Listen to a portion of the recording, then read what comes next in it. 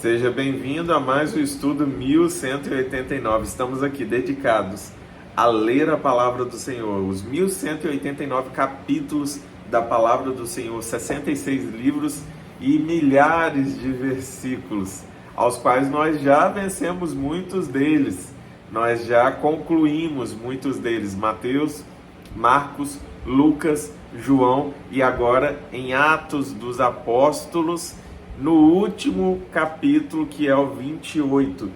Então, agora, em alguns segundos, estaremos lendo capítulo 28, que é o último capítulo do livro de Atos.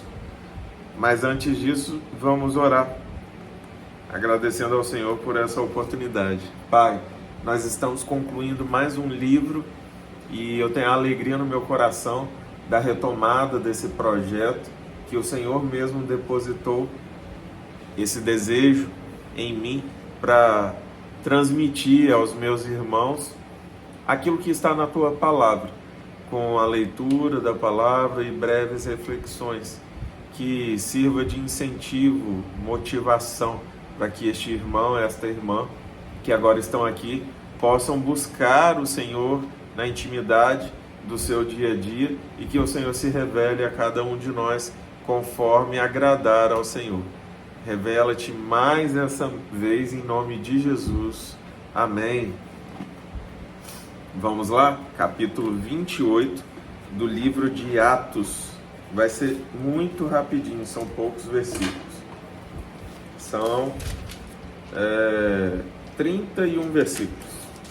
Vamos lá. Uma vez em terra, descobrimos que a ilha se chamava Malta. No capítulo anterior, o navio onde Paulo estava com mais de 260 homens naufragou e ele diz que nenhum deles morreria e foi assim que aconteceu. E eles foram parar nessa ilha, ilha de Malta. Os habitantes da ilha mostraram extraordinária bondade para conosco. Fizeram uma fogueira e receberam bem a todos nós, pois estava chovendo e fazia frio. Paulo ajuntou um monte de gravetos quando os colocava no fogo. Uma víbora, fugindo do calor, prendeu-se à sua mão. Quando os habitantes da ilha viram a cobra agarrada na mão de Paulo, disseram uns aos outros: certamente este homem é assassino, pois tendo escapado do mar, a justiça não lhe permite viver. Mas Paulo, sacudindo a cobra no fogo, não sofreu mal nenhum. Eles, porém, esperavam que ele começasse a inchar ou que caísse morto de repente, mas tendo esperado muito tempo e vendo que nada de estranho lhe sucedia, mudaram de ideia e passaram a dizer que ele era um deus. Como é que a mente humana é, né? Agora vai morrer, nossa, ele é um assassino. Não, agora ele não morreu, ele é um deus. Meu Deus. Próximo dali havia uma propriedade pertencente a Públio, o homem principal da ilha. Ele nos convidou a ficar em sua casa e por 3 dias bondosamente nos recebeu e nos hospedou. Seu pai estava doente e acamado, sofrendo de febre e disenteria. Paulo entrou para vê-lo e depois de orar impôs-lhe as mãos e o curou. Tendo acontecido isso, os outros doentes da ilha vieram e foram curados. Eles nos prestaram muitas honras e quando estávamos para embarcar, forneceram-nos os suprimentos de que necessitávamos.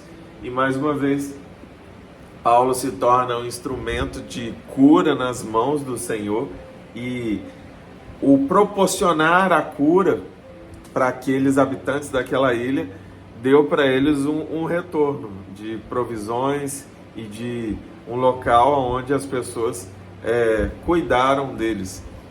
Não tenha dúvida de que aquilo que você carrega vai abençoar vidas, mas vai atrair as bênçãos do Senhor para você também.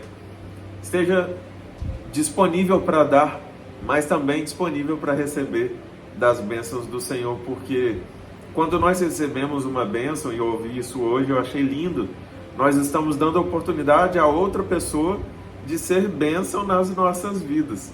E isso é muito abençoador. Você não se sente muito abençoado ao realizar algo por alguém? É o mesmo sentimento. E se a pessoa preza pela sua vida e tem um carinho por você, receba com alegria e agradeça ao Senhor. Continuando. Passados 3 meses, embarcamos num navio que tinha passado o inverno na ilha. Era um navio alexandrino que tinha por emblema os deuses gêmeos Castor e Pólux. Aportando em Siracusa, ficamos ali 3 dias. Dali partimos e chegamos a Régio. No dia seguinte, soprando o vento sul, prosseguimos, chegando a Puteoli. No segundo dia, ali, encontramos alguns irmãos que nos convidaram a passar uma semana com eles. E depois fomos para Roma. Os irmãos dali tinham ouvido falar que estávamos chegando e vieram até a praça de Ápio e as 3 vendas para nos encontrar. Vendo-os, Paulo deu graças a Deus e sentiu-se encorajado.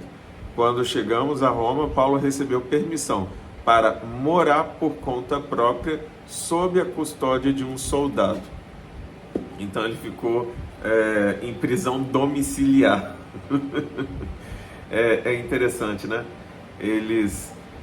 Paulo conquistava esse respeito, essas aberturas, pela forma que muito provavelmente ele lidava com aqueles que estavam ao seu redor. E é assim que o Senhor faz, né? Ele abre portas através da vida de pessoas que nós menos esperamos, ou que até duvidamos que vai abrir alguma porta ou gerar algum benefício para a nossa vida. E aqueles que muitas vezes você está esperando que vai ser abençoado através da vida dessa pessoa, quem provavelmente não vai fazer nada por você. Então não espere a solução da mão de homens, espere a solução sempre das mãos do Senhor. Continuando. 3 dias depois, ele convocou os líderes dos judeus. Quando estes se reuniram, Paulo lhes disse: meus irmãos, embora eu não tenha feito nada contra o nosso povo, nem contra os costumes dos nossos antepassados, fui preso em Jerusalém e entregue aos romanos. Eles me interrogaram e queriam me soltar, porque eu não era culpado de crime algum que merecesse pena de morte. Todavia, tendo os judeus feito objeção, fui obrigado a apelar para César. Não, porém, por ter alguma acusação contra o meu próprio povo. Por essa razão, pedi para vê-los e conversar com vocês. Por causa da esperança de Israel, é que estou preso com estas algemas. Eles responderam: não recebemos nenhuma carta da Judéia a seu respeito, e nenhum dos irmãos que vieram de lá relatou ou disse qualquer coisa de mal contra você.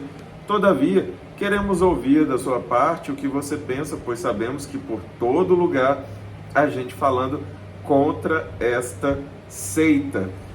O cristianismo, neste momento, estava sendo considerado uma seita, e aqui Paulo fala aos seus irmãos judeus a respeito da palavra de Cristo. Assim, combinaram encontrar-se com Paulo em dia determinado, indo em grupo ainda mais numeroso ao lugar onde ele estava. Desde a manhã até a tarde, ele lhes deu explicações e lhes testemunhou do reino de Deus, procurando convencê-los a respeito de Jesus, com base na lei de Moisés e nos profetas. Alguns foram convencidos pelo que ele dizia, mas outros não creram. Discordaram entre si mesmos e começaram a ir embora depois de Paulo ter feito esta declaração final.